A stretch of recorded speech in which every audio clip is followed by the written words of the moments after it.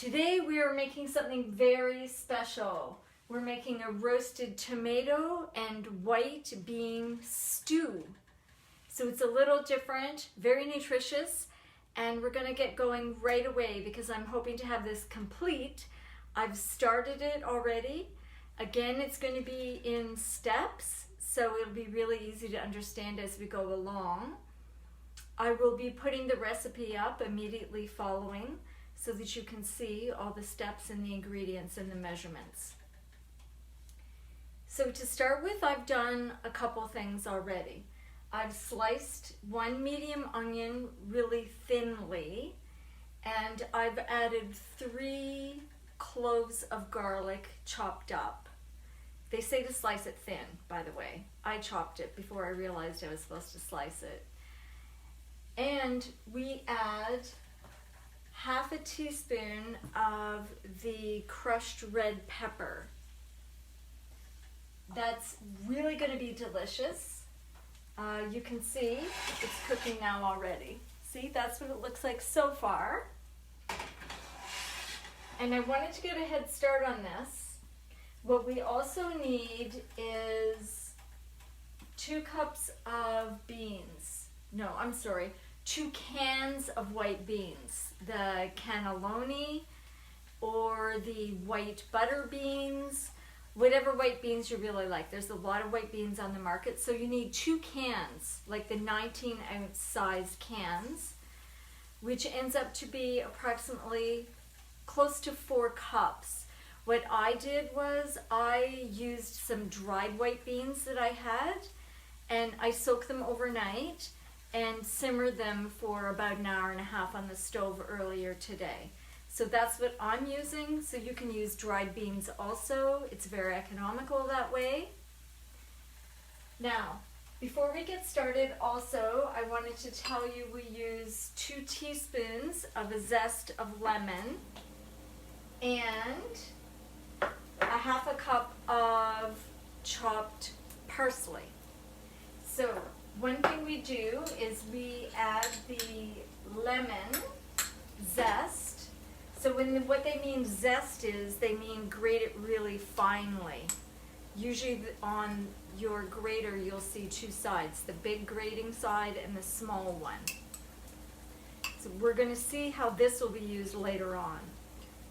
So we toss those together, just lightly toss them. Now we're going to go right ahead and get started. We also use a cup and a half of broth, so I bought the vegetable broth. What we're going to do right away, because we have our onions already simmered, so they have been sauteing for about 5 to 10 minutes with the garlic and with half a teaspoon of the red pepper flakes. I also, when I took the red pepper flakes, there we go, we have to simmer this all together. When I took the red pepper flakes, what I did was I rolled it between my fingers, crushed it a little bit because I didn't want big red pepper flakes. Oh, good. I was worried that this wouldn't fit all in here. Now, the idea is that this part, I added the beans. So when you have your canned beans, you need 2 cans, rinse them really well, and that's this part of the recipe. I want to thank my friend Karen, who's a listener, who sent me this suggestion. So this is why we're doing this on The Joy of Cooking with Michelle today. Thank you, Karen. It's a New York Times recipe, and it's very unique. It's a family favorite for Karen, so I thought it comes really highly recommended. I'm always looking for really good recipes that other families have tried. Now you can see I added a cup and a half of the vegetable broth. It says you can use chicken broth, but If most of the recipe is already vegetarian, why wouldn't you just go ahead and use vegetable broth and keep it 100% vegetarian? So this is going to simmer. The interesting part about this part of the recipe is that it says that what you need to do with the back of, I'm using a wooden spoon to stir this, is that you sort of mash some of the beans, and that will help thicken it, and then it's going to simmer for 5 or 10 minutes, and that's going to help the broth reduce, and all of the flavors will all just blend nicely, and that's the goal. So what I'm doing is, as I'm stirring it, I'm also pressing down and mashing some of the beans. Not all of them, but just a few. Depending on how thick you like it will depend on how much you want to mash the beans. And remember, we're going to simmer this together for 5 or 10 minutes. And as this is cooking, I'm going to tell you the other part of the recipe.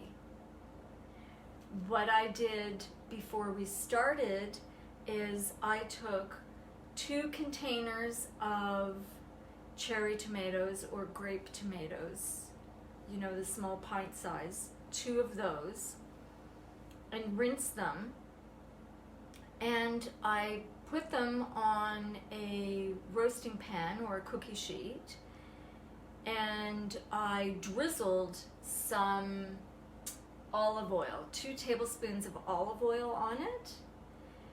And then the other thing it calls for is some thyme leaves to flavor it, and a little bit of salt and pepper to taste also.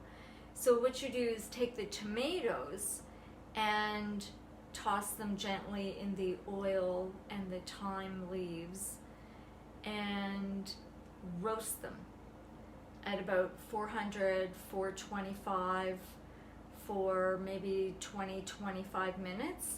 You can tell when the tomatoes are finished roasting because they'll be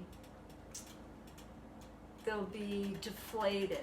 They won't be whole anymore, and some of the juice will be escaping. So we're going to add those roasted tomatoes once this simmers. Oh, it's starting to simmer nicely. I'm just going to press it down a little bit more as I'm stirring it to thicken it and blend all the onions and the garlic. I was very cautious about the crushed red peppers because when you are cooking with really red pepper flakes, it can be really spicy. So I always think it's better to add less because once it's added, you can't take it out. So it ruins the flavor when it's too spicy. And everybody has a different level of spiciness that they enjoy. So people could also add more at the table if they wanted to, or more pepper. Or chili pepper or something like that. Oh, this is starting to look really nice. So it's just gently simmering. I like doing it you can do it in a saucepan. That's my favorite because you can really see it and enjoy it. And you can see as it's cooking. Also, there's a larger surface for it to simmer over, rather if it's in a smaller stock pot. So I'm glad it fits perfectly in here. And remember, it's not a soup, it's a stew. So I'm going to mash a few of these beans with the back of just pressing down on the back of the wooden spoon, you can see. And that will help thicken it as it cooks. I have a feeling that this is a very traditional and old recipe. It feels very Italian with the white beans and very, very healthy.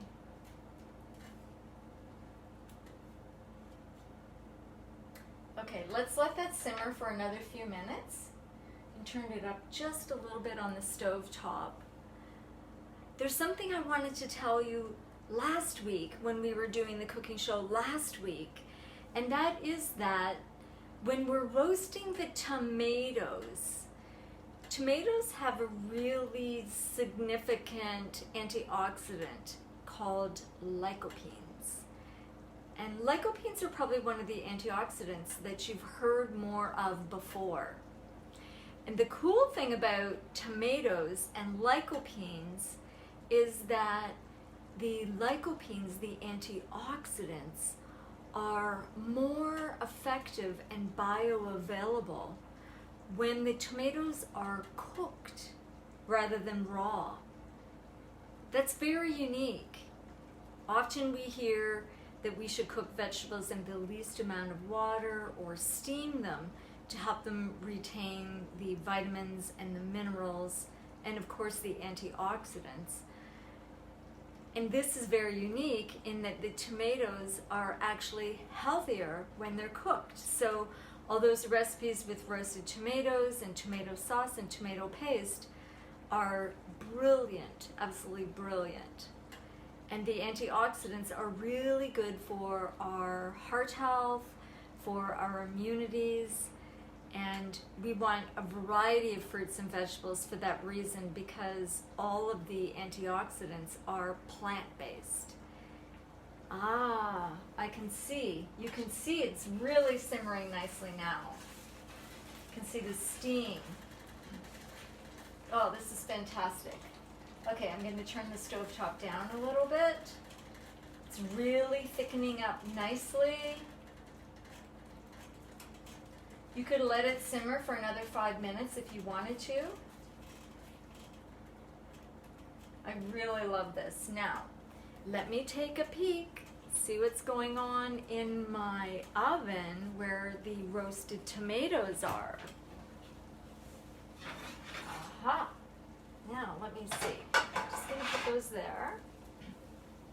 I put a little bit of bread in here also to heat up because it suggests that this is really nice when you have a little bit of bread with it to dip it in your stew. Now, this is supposed to simmer for 5 or 10 minutes. Oh, it's smelling so good. I've got to say, very unique flavors because not only does it have the spice, the onions are not diced, they're sliced. So you can see the onions thinly sliced in here. And with the 3 cloves of garlic, when you start out and you have the sliced onions and the 3 cloves of garlic, your kitchen smells fantastic. And then I just put the red flakes, the red pepper, the chili flakes on top. And now, one of the best parts of the recipe, in the end, where we have, look at this, our roasted tomatoes. And what we're going to do is we're going to scoop our roasted tomatoes and we're going to put it in our beans that have been cooking.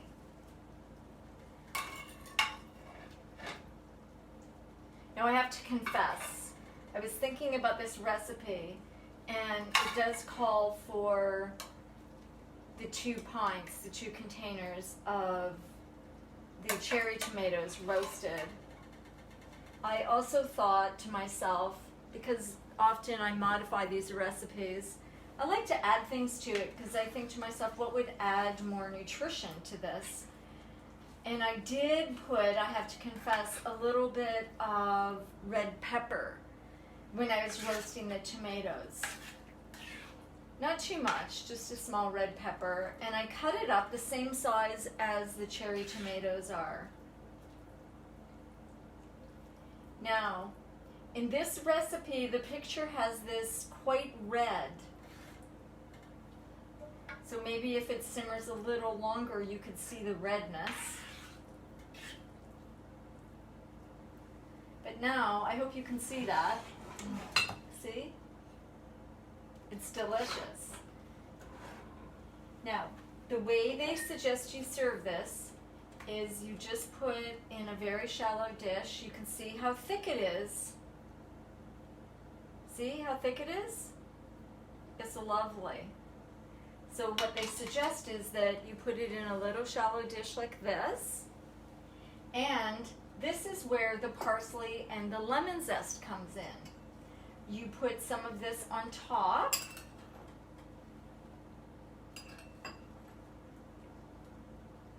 I think the lemon zest is going to make it taste so delicious. Now this recipe, one of the other reasons why I think it's probably Italian is they say to drizzle a little bit, I'm just following the recipe, a little bit of olive oil, just drizzle that on top, and ta-da, look at that. Doesn't that look delicious? Amazing. And you get a little bit of crusty bread, and they say just dip it in.